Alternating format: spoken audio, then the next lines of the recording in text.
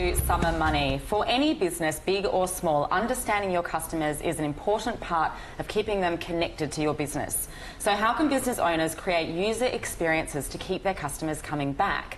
Blueegg is a user experience agency that works with big businesses like CBA, Suncorp, as well as a number of startups as well, to create bespoke user experiences. It's a really big piece.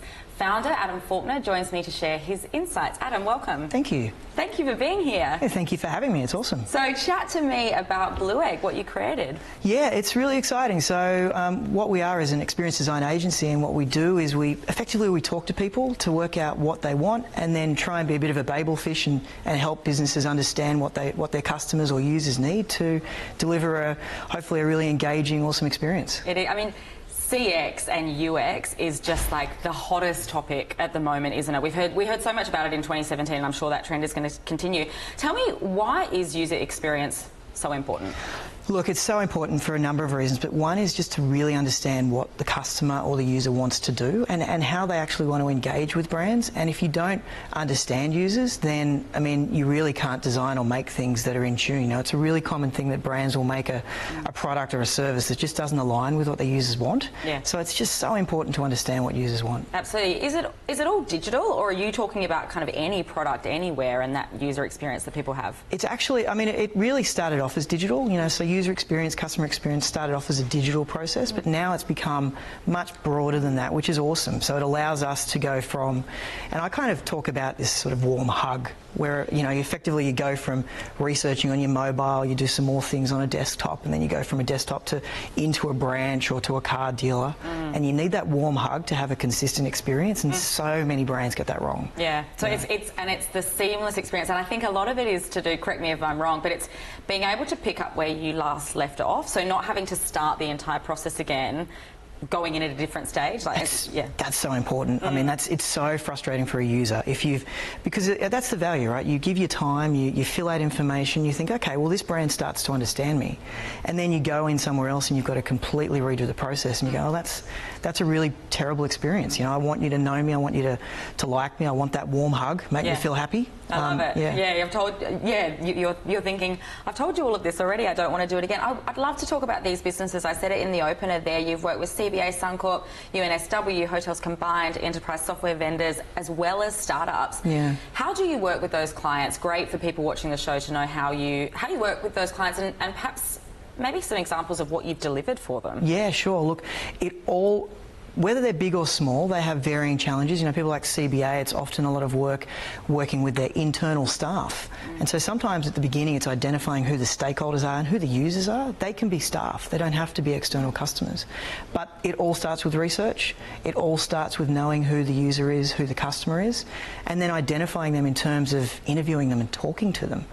That's the baseline. And then from there we go through a report process where we deliver some evidence-based insights, and I think that's really the key. It's not esoteric, it's actually based off insights. I mean, I'm a scientist by background, so I try and provide a bit of robust rigour to the process, which means that you have pattern recognition and all those things. Well, that's the data piece, isn't it? Yeah. Data talks. Yeah, it really does, and I think often it's not associated with talking to users, and it is. You know, we've done this enough now that we can get those patterns, the pattern recognition, and we can see the insights that come through from users, so that's really important. It is. For startups out there, a lot of startups watch Summer Money and Sky News Business sort of completely.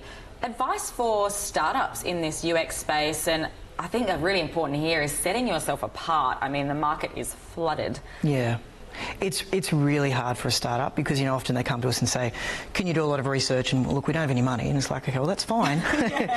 But the important thing is don't just talk to mum. Because if you talk to mum and go, Mum, what do you think of my idea? She'd go, that's great. Yeah. Great idea. You should do that. You really should talk to people you don't know. Because if you talk to people you don't know, you actually avoid that confirmation bias. And that's really the first thing. You don't want to come up with an idea. Build something to a point where you actually think that it's going to be amazing, and not have spoken to the people you want to use it. Yeah, absolutely. Which is a debacle. We've got some fantastic tips coming up on screen now. Your tips, Adam, actually put people first. Research a strategy, as you've just mentioned, dig into data, Prototyping. Can you talk to me? We come to culture matters. Pardon me. What's the prototyping piece? So prototyping doesn't need to be bigger than Ben-Hur. I mean, often we start with a pencil and a piece of paper. It's quite funny, you know. We'll go into large brands and we'll have some. You know, I think a designer's toolkit is Sharpies and Post-it notes. That's the stereotype. But it is actually about that. It's about drawing what we know. So we've done that research, and then we'll draw screens. We'll draw a flow that we actually think is going to be what works, and then we build that out to things that we can test. You know, and so prototyping and usability testing are really closely intertwined. So it's really important that we actually do testing on things as well. But it doesn't need to be difficult. These things can be done in a short period of time.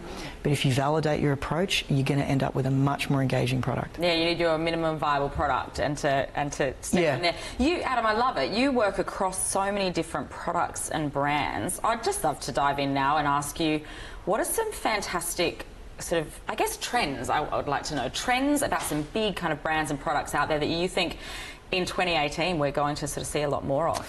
I think, you know, augmented reality and virtual reality is a real kind of buzzword, but I really think that it's a very untouched approach when it comes to user experience. You know, the experience at the moment, I often give this example of a date night where two people have got a headset on. You know, it's not really going to work. You know, so I can actually see that as being the next reality show, but there's so many brands on. I think that could absolutely work. But, you know, I think we've really got to think about how we design for that. You know, we have this thing called empathy transference, which occurs when you do virtual reality or augmented reality, where it becomes almost a real emotion or a real memory. So what's the impact on design? How do we think about that? So I think the trend is really going to be working more in that space and really delving into the kind of the cognitive issues as to how we can make an engaging experience. Yeah, that digital piece is important, and that's a massive trend. We speak a lot about it on Summer Money, absolutely. Strategic direction, when you're advising companies on their strategic direction, because that's a tough one, isn't it? It's challenging to go, where do I start? What do I prioritise? Which is strategic direction, business planning. Any advice there? Yeah, look, I think the real trick is that if we can come back to that research piece, we can actually be quite strategic. The big problem is often a lot of big brands will have a very clear direction, and when we do the research, we have to pivot. Yeah. So the strategic piece is pivoting from, well, we've got this really core set of ideas, but we pivot away from that to what we think is going to be the right one. And I think the strategy we offer is that pivot piece based off the insights. It's like, okay, you don't throw it all out, but don't do that. That's a bad idea. Yeah, and perhaps it's important for business owners there to not be so wedded to something that they can't pivot. Yeah, and it's so hard. It's really hard because often it's your baby. You've got it really close to you, and you don't want to let it go. Yeah. But you know, if we can talk to people early on, then we don't have those problems so far down the track. So I just can't encourage that more, to talk to people that you don't know at the beginning. Yeah, really good idea. Get your market research spread out. Yeah. I'd love to talk about culture. It was one of the points, one of your tips there. How important is culture? How much does it vary? Love to hear your view. Yeah, look, it's really interesting. So, you know, I talk about this thing about culturally inclusive design, and so I think particularly Australian brands, I see we're not great at you know, spreading out into Southeast Asia and then designing different experiences for those countries. So, you know, Hotels Combined was a good example. They've got a really strong presence in Sydney in Australia because it's an Australian business, which is pretty awesome. But they also do really well in South Korea at completely different markets, you know, and we uncovered a lot of different areas around colours, typography, content, what you put in terms of hierarchy by interviewing people in different locations. So it was really cool. And they were able to sort of amend and change how they communicated with both markets and provide an improved experience, which was great. Yeah, it's so, you have to be so sort of specific to your market and so absolutely clear. We've got to wrap in just a moment. Your top tips for people out there looking to do sort of a digital marketing strategy and everything that blueegg could kind of help them with. What's sort of 2018, what would be your top 3 tips? Talk to people first. Yeah. Draw stuff down, pencil and piece of paper. Don't make it too hard. Do it, and then test that. Right, and then that's a really short process. Happy days, and you're going to get a really good outcome. Awesome. I thought that was a tough question, but you just nailed it. 1, 2, 3. Listen, Adam, thank you so much for coming on Summer Money. Love talking to you. Check out blueegg. Time now for a quick break, but when we come back, the importance of user experiences. Stay with us. You're watching Summer